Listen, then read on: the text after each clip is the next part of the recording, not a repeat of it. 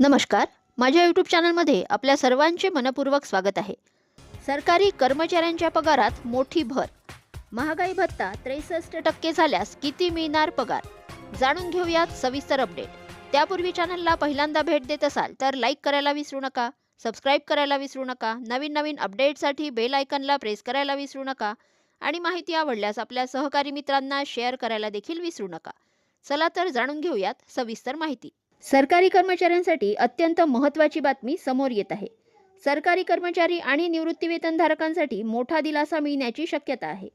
जुलै 2026 पासून महागाई भत्ता सध्याच्या 60% वरून 63% पर्यंत वाढू शकतो, अशी चर्चा सुरू आहे. अंतिम निर्णय सरकारच्या मंजुरीनंतर जाहीर होणार असला तरी महागाई निर्देशांकाच्या आकडेवारीनुसार 3% वाढ होण्याची शक्यता व्यक्त केली जात आहे. पगारात किती होणार वाढ? महागाई भत्त्यात 3% वाढ झाल्यास कर्मचाऱ्यांच्या मूळ वेतनानुसार मासिक पगारात वाढ होईल. उदाहरणार्थ, मूळ वेतन 18,000 असल्यास दरमहा सुमारे 540 रुपये वाढ होईल. मूळ वेतन 30,000 असल्यास दरमहा सुमारे 900 रुपये वाढ होईल. मूळ वेतन 44,900 असल्यास दरमहा सुमारे 1,347 रुपये वाढ होऊ शकते. लाखो कर्मचारी आणि पेन्शनधारकांना याचा होणार फायदा.